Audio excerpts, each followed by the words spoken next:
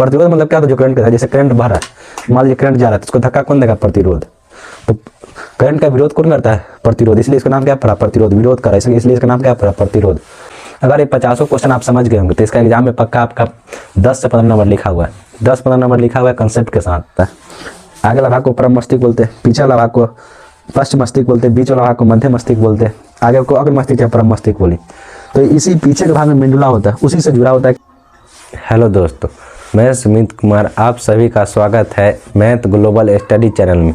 तो आज हम लोग जानेंगे क्लास 10th यानी बिहार बोर्ड का साइंस का टॉप 50 क्वेश्चन, जिसमें फिजिक्स, केमिस्ट्री, बायो तीनों का मिक्सचर का क्वेश्चन बनाया गया, जो एग्जाम के लिए काफ़ी इंपॉर्टेंट है। एग्जाम के उद्देश्य से इस वीडियो को बनाया गया। तो बिना देर के इस वीडियो को चालू करते। तो सबसे पहला क्वेश्चन देखिए, निम्न में कौन सा पर्यावरण के लिए अनुकूल है। पर्यावरण मतलब इन्वायरमेंट, इसका मतलब क्या होता है, जो हमारे चारों तरफ है सब क्या है, पर्यावरण। तो इसके लिए कौन सा ऑप्शन अनुकूल नहीं है, मतलब सेट नहीं खाता। तो पैदल चलने से पर्यावरण को कोई नुकसान नहीं होता है, साइकिल से चलने से पर्यावरण को कोई नुकसान नहीं होता है, मोटरसाइकिल से चलने से पर्यावरण को नुकसान होता है। यहाँ देखिए, जब हम मोटरसाइकिल से चलते हैं तो उसमें से धुआं निकलता है, जिससे पर्यावरण क्या होता है, प्रदूषित होता है, जो हमारे लिए क्या हानिकारक है। मोटरसाइकिल से चलना, कार से चलना, जितना भी डीजल गाड़ी है, पेट्रोल गाड़ी, उससे क्या निकलता है, प्रदूषण निकलता है। फैक्ट्री से भी क्या निकलता है, पोल्यूशन निकलता है, जो हमारे सेहत के लिए क्या है, सेहत और पर्यावरण इन्वायरमेंट दोनों के लिए क्या है, हानिकारक। इसका आंसर क्या हो जाएगा, मोटरसाइकिल का चलना। अगला क्वेश्चन क्या है, ऑक्सीजन के 2 परमाणु के बीच कितने आबंध होते हैं। ऑक्सीजन का सूत्र होता है O2। तो ऑक्सीजन के 2 परमाणु के बीच 2 आबंध होते हैं। ऑक्सीजन के 2 परमाणु के बीच 2 आबंध, पूछेगा 2 आबंध क्यों होते थे। यहाँ देखिए, ऑक्सीजन का परमाणु संख्या होता है 8। तो पहला, जब आप लोग अष्टक नियम पर, उसमें पहला कक्षा में 2 होता है, दूसरा कक्षा में कितना बच गया। अष्टक नियम में क्या बताया गया है, सब पहला कक्षा में 2 होगा, दूसरा कक्षा में 8 होगा। तो पहला 2 हो गया, बच कितना गया, 6। पहला कक्षा में 2 इलेक्ट्रॉन हो गया, 6 को बच गए। तो 6 इलेक्ट्रॉन, तो कितना इसको चाहिए, 8 को पुराने के इसको चाहिए कितना, 2 को। तो 2 आबंध बनेगा। मतलब कोई भी तत्व को अस्थायी होने के लिए बाहरी कक्षा में 8 इलेक्ट्रॉन चाहिए। तो 6 को है, इसको 2 और चाहिए, तो जितना इसको चाहिए उतना ही आबंध बनाएगा। तो 2 आबंध बनाएगा। मतलब ऑक्सीजन कितना आबंध बनाएगा, 2 आबंध बनाएगा। अगला क्वेश्चन देखिए, निम्न में कौन सा स्वच्छ ऊर्जा स्रोत, मतलब सबसे स्वच्छ ऊर्जा स्रोत है। तो कोयला से प्रदूषण फैलता है, लकड़ी से भी प्रदूषण फैलता है, प्राकृतिक गैस, इससे कोई भी प्रदूषण नहीं फैलता, मतलब स्वच्छ ऊर्जा स्रोत है। अगला क्वेश्चन, स्वपोषी पोषण के लिए क्या आवश्यक। स्वपोषी का पोषण करने का मतलब क्या है, जो अपना भोजन खुद से तैयार करे, उसे हम स्वपोषी पोषण करते हैं। जैसे हरे पेड़ पौधे अपना भोजन क्या करते, खुद तैयार करते। लेकिन हम लोग क्या हुआ, परपोषी, परजीवी, दूसरे पर आश्रित रहते। जैसे पेड़ पौधा पर किसी पशु पक्षी सब क्या होते, आश्रित रहते, जिससे हमें क्या होता है, भोजन प्राप्त होती है। लेकिन स्वपोषी में अपना भोजन खुद तैयार कर, जैसे पेड़ पौधा अपना भोजन खुद बना लेते। तो क्वेश्चन क्या पूछ रहा है, स्वपोषी पोषण के लिए क्या आवश्यक है। तो पूर्ण हरित मतलब क्लोरोफिल आवश्यक है, सूर्य के प्रकाश आवश्यक है, कार्बन डाइऑक्साइड आवश्यक है, इनमें सभी। तो ऑप्शन क्या होगा, इनमें सभी।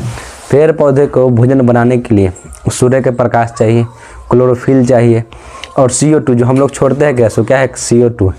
तो सबसे पहला चाहिए क्लोरोफिल, जो पेड़ पौधा में पाया जाता है। दूसरा कार्बन डाइऑक्साइड, जो वातावरण से मिल जाता है। और तीसरा क्या होता है, सूर्य का प्रकाश, जो क्या होता है, सूर्य से मिल जाता है। इसलिए ऑप्शन क्या है, इनमें सभी। अगला क्वेश्चन देखिए, संगमरमर का रासायनिक सूत्र क्या होता था, CaCO3। संगमरमर का रासायनिक सूत्र CaCO3, कैल्शियम कार्बोनेट। CaO होता है विरंजक चून का, कैल्शियम ऑक्साइड। ये कॉपी में नोट कर लीजिए, CaO किसका सूत्र होता है, विरंजक चून, कैल्शियम ऑक्साइड इसका पूरा नाम हुआ। CaOH2 होता है विरंजक चून का, ये होता है चूना का सूत्र, है होता है विरंजक चून, CaOH2। इसको बोलते हैं कैल्शियम हाइड्रोक्साइड। तो ऑप्शन क्या चाहिए, संगमरमर का सूत्र क्या होता है, तो CaCO3, कैल्शियम कार्बोनेट। अगला क्वेश्चन, ओजोन परत किस हानिकारक विकिरण से पृथ्वी को सुरक्षा प्रदान करता है। मतलब कौन सा वो विकिरण, रेडिएशन है, जिससे ओजोन परत को हानि पहुंचती है।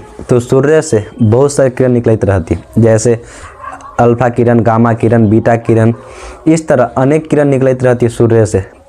उसमें एक और किरण आता है, परावैंगनिक किरण, जिसको अल्ट्रावायलेट इंग्लिश में बोलते हैं, अल्ट्रावायलेट रेज। अल्ट्रावायलेट किरण मतलब परावैंगनिक किरण, जिससे ओजोन परत में क्या होती है, हानि होती है।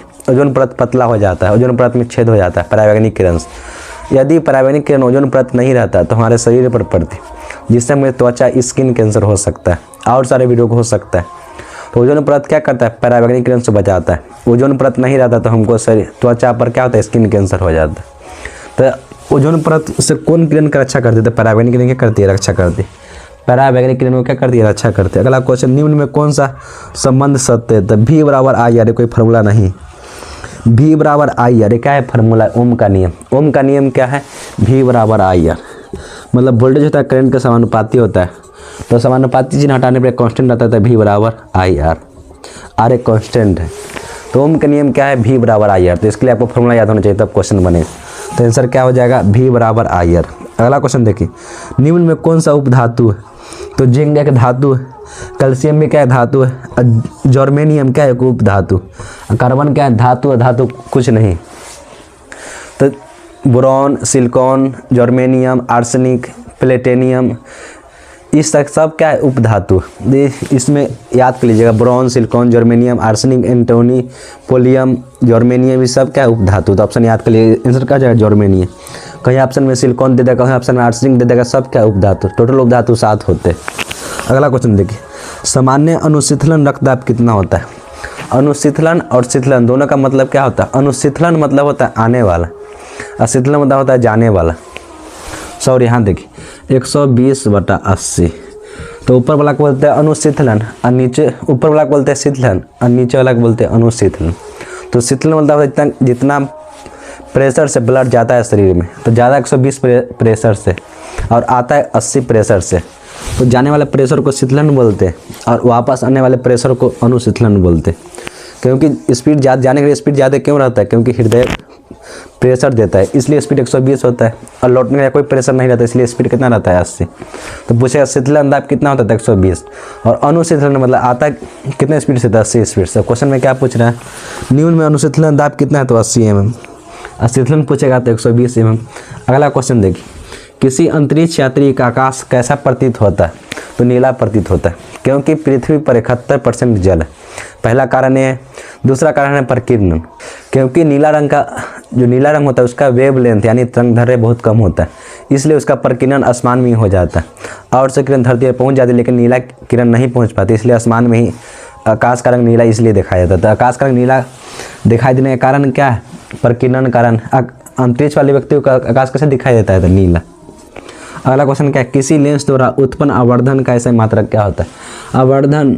आवर्धन क्या होता है, प्रतिबिंब की ऊंचाई। जैसे ये वस्तु इसका कहीं छाया या प्रतिबिंब, छाया को ही प्रतिबिंब बोल दे, तो इसका कहीं छाया बनेगा तो उसका ऊंचाई बटा इस वस्तु की ऊंचाई का अनुपात को क्या कहते हैं, आवर्धन कहते हैं। तो वस्तु की ऊंचाई क्या मापते हैं, मीटर में।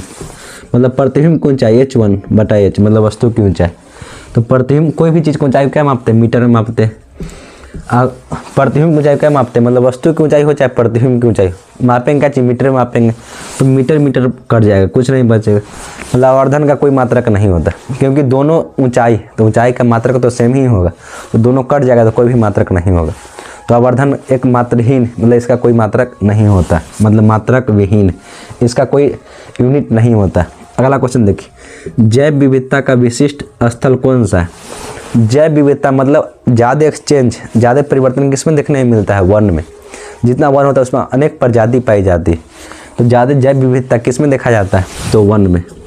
अगला क्वेश्चन देखिए, निम्न में कौन एक लिंगी कहने का मतलब क्या, जिसमें एक्स और XY दोनों क्रोमोसोम, मतलब नर और मादा, पुरुष और मेल और फीमेल दोनों वाला, उसमें एक ही वस्तु में दोनों चीज़ पाए जाते हैं, तो उसे क्या कहेंगे, एक लिंगी। तो गुड़हल का फूल क्या है, एक द्विलिंगी। सरसों भी द्विलिंगी, लेकिन पपीता एक लिंगी जीव, क्योंकि इसमें मेल और फीमेल दोनों का गुण पाया जाता है, इसलिए क्या है, एक लिंगी।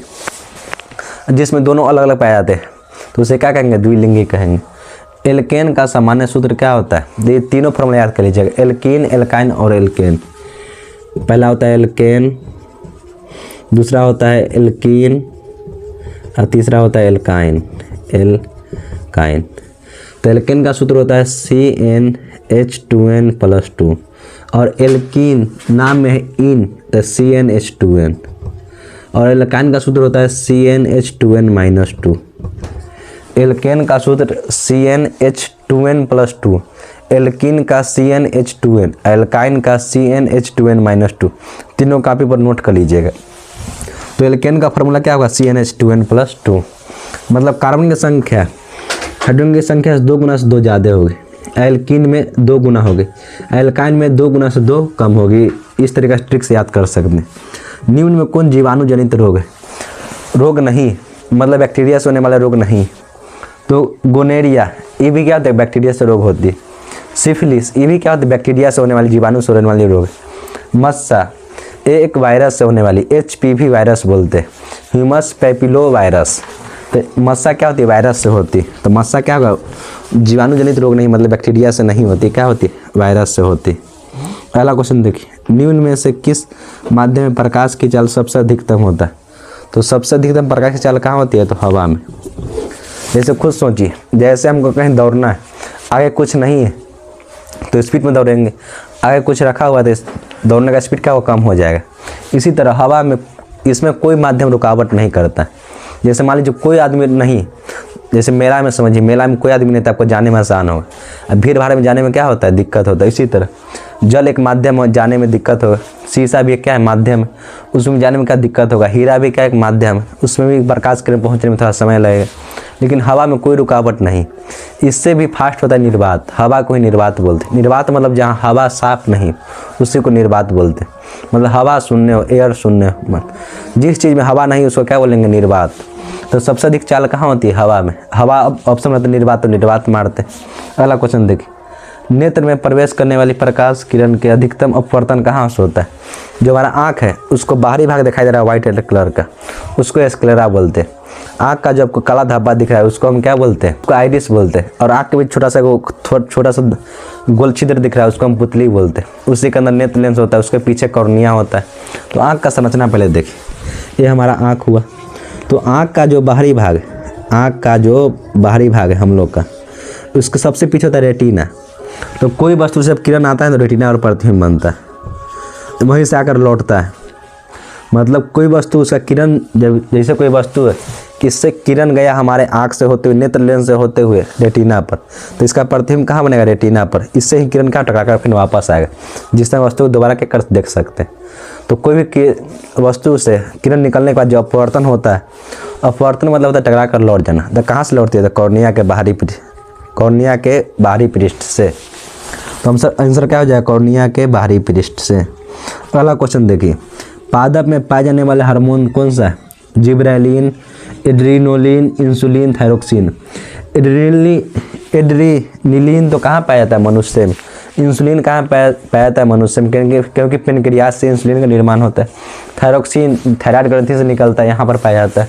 तो तीनों तो मनुष्य में पाया जाता है। एड्रीनिलीन, इंसुलिन, थायरोक्सिन सब कहाँ पाया जाता है? मनुष्य में। लेकिन जिब्रेलिन, साइटोकाइनिन, एथिलीन, ये सब क्या है? सब पाया जाता है पेड़ पौधा में। तो जिब्रेलिन क्या करता है? पेड़ पौधा में, मतलब पादप में क्या किया पाया जाता है। एक बार इसके स्क्रीनशॉट लीजिए, फिर आगे बढ़ते हैं। अब अगला क्वेश्चन देखिए, अगला क्वेश्चन क्या है? कौन सा धातु कमरे के तापमान पर तरल अवस्था में पाया जाता है?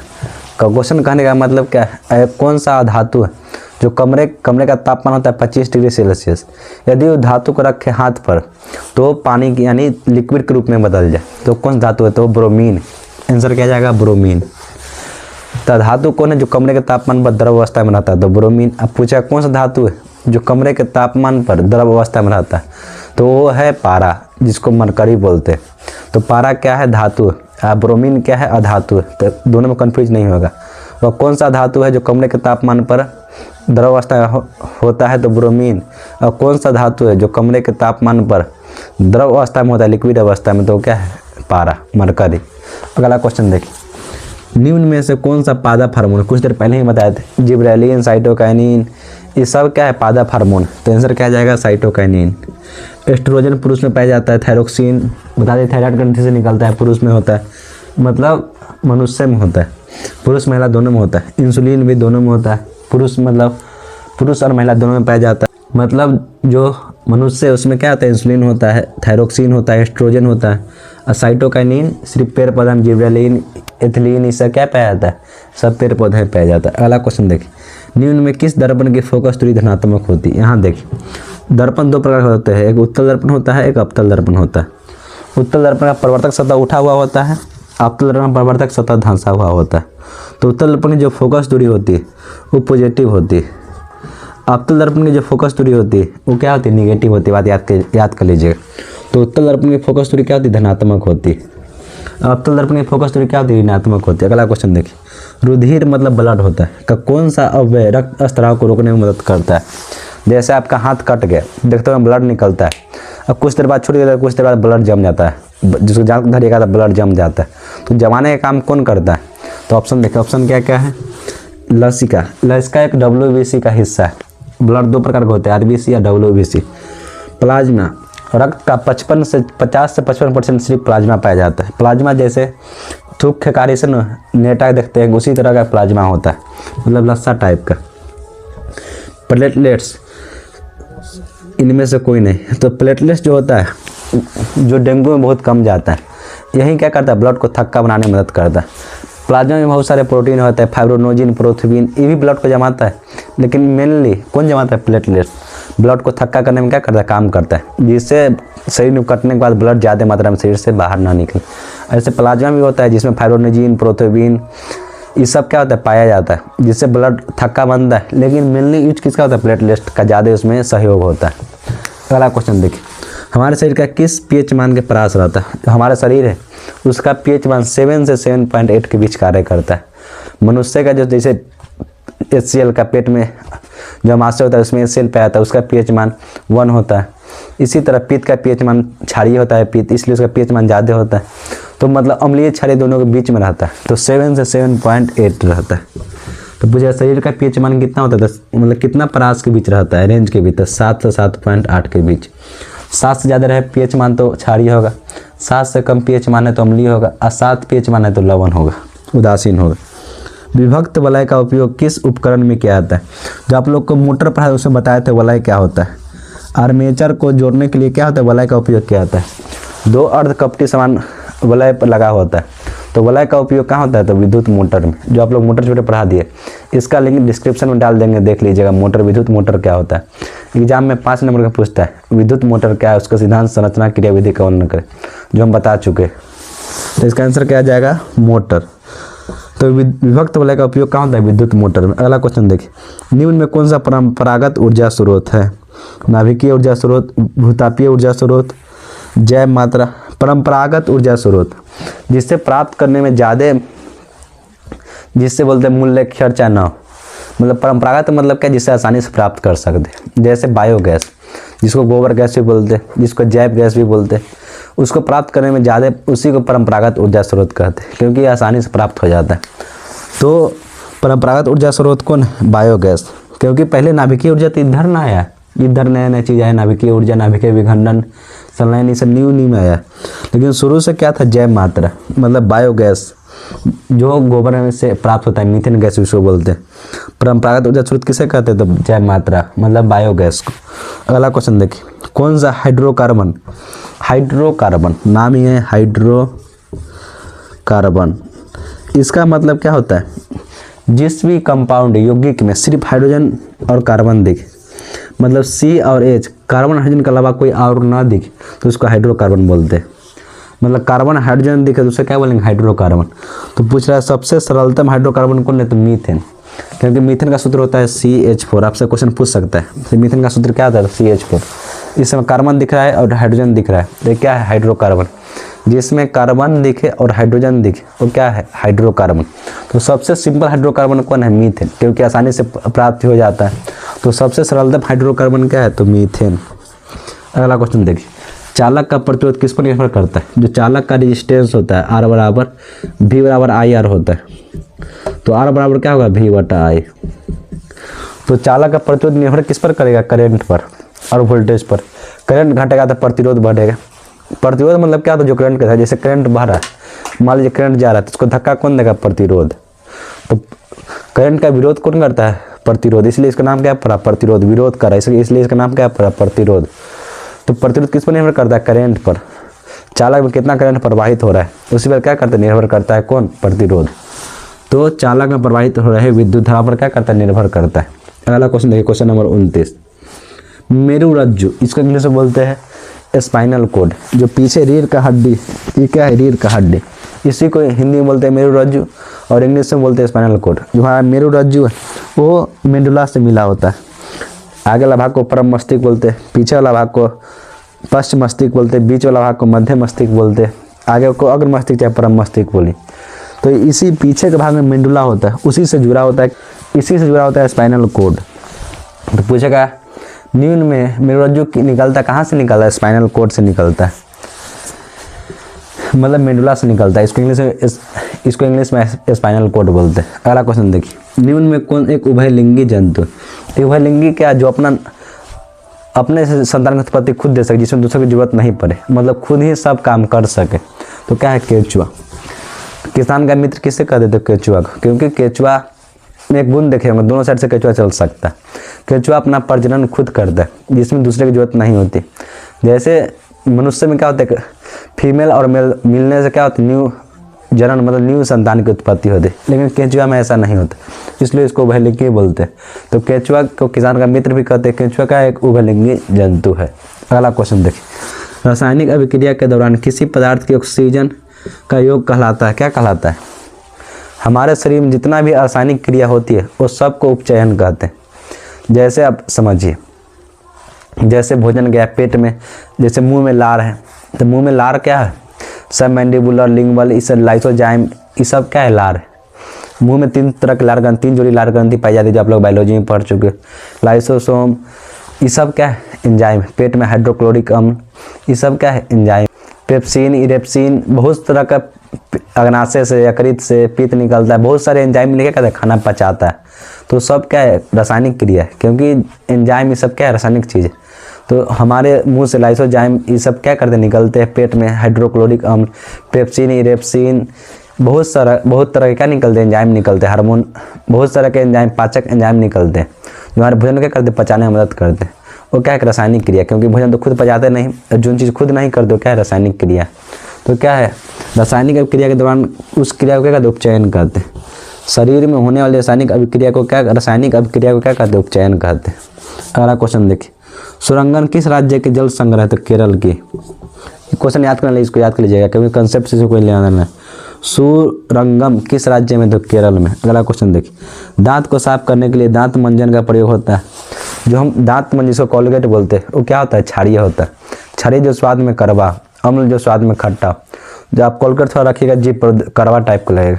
तो दंत मंजन मतलब कोलगेट क्या होता है, क्षारीय होता है। पूछेगा दांत को कौन गैस से हानिकारक होता है, तो फ्लोरीन गैस, जो दांत को सड़ा देता है। अगला क्वेश्चन देखिए, क्लोरीन की परमाणु के बाह्यतम कक्षा में इलेक्ट्रॉन की कितनी संख्या होती है। क्लोरीन की परमाणु संख्या होती है 17। तो हम लोग अष्टक नियम में क्या पढ़े थे, पहला कक्षा में 2 चाहिए, दूसरा में 8 चाहिए, तो 2 8 10 हो गए, बस कितने गया, 7। तो क्लोरीन की बाह्यतम कक्षा में कितने इलेक्ट्रॉन की जरूरत पड़ती है, 7 को। क्लोरीन की बाह्यतम कक्षा में कितने इलेक्ट्रॉन की जरूरत पड़ती है, 7। तो ये क्वेश्चन नंबर कितना तक हो गया, क्वेश्चन नंबर 34 तक कंप्लीट हो गया। एक बार इसके स्क्रीनशॉट लीजिए, फिर आगे बढ़।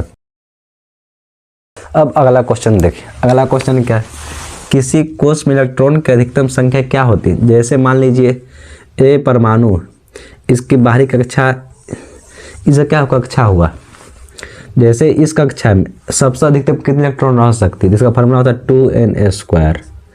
जैसे देखिए दूसरी पहली कक्षा हो गई, दूसरी कक्षा हो गई, तो 2 गुने पहली कक्षा के लिए n मतलब तो कक्षा की संख्या, तो 1 तो 2 गुने 1 तो कितना हुआ, 2। तो पहली कक्षा में 2 इलेक्ट्रॉन रह सकती है। दूसरी कक्षा में फॉर्मूला क्या होता है, 2n²। तो यहाँ 2 रखिए, तो 2 के स्क्वायर हो गया इंटू 2, 2 के स्क्वायर कितना होता है, 4, 4 दूना 8। तो दूसरी कक्षा में कितने इलेक्ट्रॉन रह सकती है, 8। इसका फार्मूला क्या है, कितने इलेक्ट्रॉन रह सकते हैं उसको निकालने के, तो 2n²। यदि 2n² फॉर्मूला बैठाइएगा, इलेक्ट्रॉन की संख्या निकल जाएगा।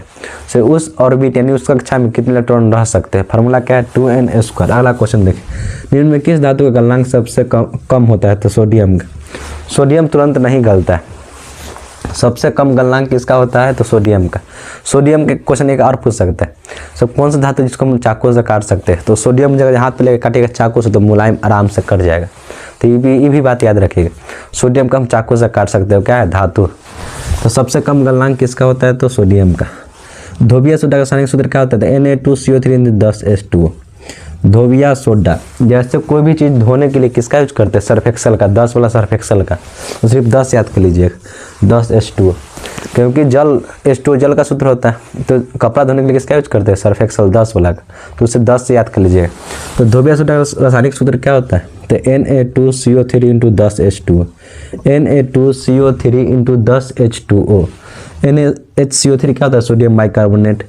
COH होल 2 क्या होता है, विरंजक चूर्ण का। वायुमंडल में प्रकाश का कौन सा रंग अधिक प्रकीर्णित होता है, आकाश का रंग नीला क्यों दिखाया, आकाश का रंग कैसे दिखाया था, नीला, क्योंकि उसका प्रकीर्णन नीला रंग का क्या होता है, ज़्यादा होता है। तो सबसे अधिक प्रकीर्णन किस रंग का होता है, नीला रंग का, ये बात याद कर लीजिए, क्योंकि उसका वेवलेंथ तरंग दैर्घ्य सबसे कम होता है, ऊपर ही रह जाता है, इसलिए उसका प्रकीर्णन ज़्यादा होता है। तो सबसे अधिक वायुमंडल में किस रंग का प्रकीर्णन होता है, तो नीला रंग का। अगला क्वेश्चन देखिए, अतिभ्रमण, अतिभ्रमण मतलब क्या होता है, शॉर्ट सर्किट के समय विद्युत परिपथ में विद्युत धारा का मान क्या होता है, बहुत कम हो जाता है, बहुत अधिक हो जाता है। जब शॉर्ट सर्किट लगता है तो करंट क्या होता है, बहुत अधिक हो जाता है। जब शॉर्ट सर्किट होता है घर में तो क्या होता है, करंट के मान बढ़ने पर ही शॉर्ट सर्किट होता है। तो इसका आंसर क्या आ जाएगा, अतिभ्रमण, यानी शॉर्ट सर्किट के समय विद्युत परिपथ में विद्युत धारा का मान क्या होता है, बहुत अधिक हो जाता है, मतलब बहुत 2 एम्पियर 3 एम्पियर बहुत ज़्यादा हो जाता है। विद्युत आवेश का मात्रक क्या होता है, कूलम। एम्पियर विद्युत धारा का मात्रक होता है, ओम प्रतिरोध का मात्रक होता है, वोल्ट विभवांतर का मात्रक होता है, बात याद कर लीजिए। कूलम आवेश का मात्रक है, एम्पियर विद्युत धारा का, ओम प्रतिरोध का मात्रक है, वोल्ट विभवांतर का मात्रक है। इसको काफी बार नोट कर लीजिएगा। अगला क्वेश्चन देखिए, विद्युत धारा द्वारा उत्पन्न करने वाली युक्ति को क्या कहते हैं। आप लोग शादी ब्याह में देखे होंगे, उसमें क्या था, जनरेटर। जनरेटर क्या करता है, करंट उत्पन्न करता है। जनरेटर का काम क्या होता है, करंट को उत्पन्न करना। तो इसका आंसर क्या चलेगा, जनरेटर, क्योंकि जो घर में जनरेटर आता है शादी ब्याह में, चाहे देखते होंगे कमर्शियल काम इसका यूज होता है जनरेटर का, वो क्या करता है, करंट उत्पन्न करता है। तो विद्युत धारा उत्पन्न कौन करता है, तो जनित्र मतलब जनरेटर उत्पन्न करता है। अमीबा अपना भोजन किसके द्वारा पर करता है, तो कूटपात के द्वारा। जैसे अमीबा हुआ, मान लीजिए अमीबा है, इसके बगल में कोई भोजन है तो क्या करेगा, घेरेगा इसको, अपने चारों उंगली फैला के इसको क्या घेरेगा, इसी को कूटपात कहते हैं। तो अमीबा अपना भोजन कैसे ग्रहण करता है, तो कूटपात द्वारा। अपवर्तनांक का फॉर्मूला क्या होता है, sin I बटा sin R, ये फॉर्मूला याद कर लीजिए। अपवर्तनांक क्या होता है, किसी माध्यम में प्रकाश की चाल, जैसे प्रकाश कितना स्पीड वायु में और कितना स्पीड किसी माध्यम में, उसी को अनुपात को क्या करते हैं, अपवर्तनांक कहते हैं। तो अपवर्तनांक क्या होता है, sin I बटा sin R। अपवर्तनांक का फॉर्मूला sin I बटा sin R, कन्फ्यूज नहीं होएगा। यहाँ देखिए R ऊपर है, I नीचे है, तो फॉर्मूला क्या होता है, I sin I बटा sin R। I मतलब अपतन कोण होता है, R मतलब परावर्तन कोण होता है। सभी हरे पौधे होते हैं स्वपोषी होते हैं, कुछ देर पहले ही बता दिए थे। जितना भी जीव है जो अपना भोजन खुद बनाते हैं उसको स्वपोषी कहते हैं। तो पेड़ पौधे अपना भोजन क्या करते हैं, खुद बनाते हैं, इसलिए पेड़ पौधे क्या है, स्वपोषी। अगला क्वेश्चन है, कार्बन की संयोजकता क्या होती है, यानी कोवैलेंट क्या होता है। संयोजकता का मतलब क्या होता है, बाहरी कक्षा में इलेक्ट्रॉन की संख्या, उसी को संयोजकता बोलते हैं। जैसे कार्बन की परमाणु संख्या 6 होती, तो 2 4, तो बाहरी कक्षा में कितने इलेक्ट्रॉन है, 4, तो 4 इसका संयोजकता होगा। जितनी बारीक कक्षा में इलेक्ट्रॉन होगी उतने ही से क्या होगी, संयोजकता होगी। मेंडल ने अपने प्रयोग के लिए किस पौधे का चुनाव किया था, तो मेंडल जब बगीचा में घूम रहा था कौन पौधे पर उसका नजर पड़ा था, तो मटर के पौधे पर। ये क्वेश्चन पूछ सकता है एग्जाम में, मेंडल अपने प्रयोग के लिए किस पौधे का उपयोग किया था, तो मटर के पौधे का उपयोग किया था। अगला क्वेश्चन देखिए, न्यून में किसकी उपस्थिति के कारण रक्त लाल दिखाई देता है। ब्लड काटते में देखिए ब्लड लाल दिखाई देता है, क्यों, क्योंकि उसमें क्या पाया जाता है, हीमोग्लोबिन पाया जाता है। पूछेगा रक्त का रंग लाल क्यों होता है, तो हीमोग्लोबिन के कारण। हीमोग्लोबिन के अंदर कौन सा तत्व पाया जाता है, तो लोहा, Fe पाया जाता है। ये बात याद कर लीजिए, हीमोग्लोबिन के अंदर लोहा तत्व पाया जाता है। रक्त का लाल रंग क्यों होता है, तो हीमोग्लोबिन के कारण। अगला क्वेश्चन देखिए, वसा हो गया यहाँ तक हीमोग्लोबिन के कारण। अगला क्वेश्चन देखिए, वसा का पाचन होता है लाइपेज द्वारा। वसा का पाचन क्या होता है, लाइपेज, फ्रैक्टोज, इसे आगे जानिएगा, सिर्फ याद कर लीजिए, वसा का पाचन लाइपेज द्वारा होता है। कौन सा दर्पण आमतौर पर वाहनों के पीछे देखने के लिए दर्पण के रूप में किया जाता है। जब आप मोटरसाइकिल चलाते होंगे, जो आप देखते हैं पीछे की गाड़ी आ रहा है, क्या आ रहा है, जब कहीं मुड़ते होते देखते होंगे आईना में से कोई पीछे से गाड़ी तो ना आ रहा है, तो जो आईना में दर्पण है, कौन दर्पण, उत्तल दर्पण, क्योंकि उसमें प्रतिबिंब छोटा बनता है, जिससे हम दूर तक की वस्तु क्या कर देख सकते हैं। तो गाड़ी का वाहन में कौन सा दर्पण का उपयोग किया जाता है, तो उत्तल दर्पण का उपयोग किया जाता है। ये बात हमेशा याद रखिएगा, क्योंकि उत्तल दर्पण प्रतिबिंब छोटा बनता है, जिससे हम दूर की वस्तु देख सकते हैं। मतलब बहुत सारे चीज़ कैप्चर क्या हो सकते हैं, उतना छोटा सा आईना में बहुत सारे दूर की चीज़ को देख सकते हैं। अगला क्वेश्चन क्या है, कौन सा दर्पण हो गया, उत्तल दर्पण हो गया। जिप्सम का रासायनिक सूत्र क्या होता है, प्लास्टर ऑफ पेरिस में यदि 2 मात्रा जल को घोर दे तो क्या बन जाता है? जिप्सम बन जाता है। प्लास्टर ऑफ पेरिस का सूत्र होता है CaSO4 × 1/2H2। Plaster of Paris जो हाथ में प्लास्टर करा दो क्या है? Plaster of Paris. उसका सूत्र क्या होता है? CaSO4 × 1/2H2 और CaSO4 × 2H2 क्या? जिप्सम का सूत्र। जिप्सम सिर्फ 2 गुना होता है, तो जिप्सम का रासायनिक सूत्र क्या है? CaSO4 × 2H2। इतना बात क्या कर लिए याद कर लीजिएगा कि क्वेश्चन ना छूटा। इसी के साथ हमारा 50 क्वेश्चन क्या हुआ? कंप्लीट। मुझे उम्मीद है कि हर एक क्वेश्चन में डिटेल से बताए होंगे, आप लोग को हर एक क्वेश्चन डिटेल से समझ में आया हो। जितने भी क्वेश्चन बता दिए, अगर ये आप 50 क्वेश्चन आपको बताने से पहले आपको आंसर खुद पता था, मतलब समझिएगा आपके एग्जाम में अच्छा नंबर आएगा, साइंस पर आपका अच्छा कमांड होगा। अगर ये 50 क्वेश्चन आप समझ गए होंगे तो इसका एग्जाम में पक्का आपका 10 से 15 नंबर लिखा हुआ है। 10-15 नंबर लिखा हुआ है कंसेप्ट के साथ। कंसेप्ट भी समझे होंगे तो 10-15 नंबर एग्जाम में आपका एक ऑब्जेक्टिव में लिखा हुआ है। इसी के साथ मैं अपनी वीडियो समाप्त करता हूँ। जय हिंद, जय भारत।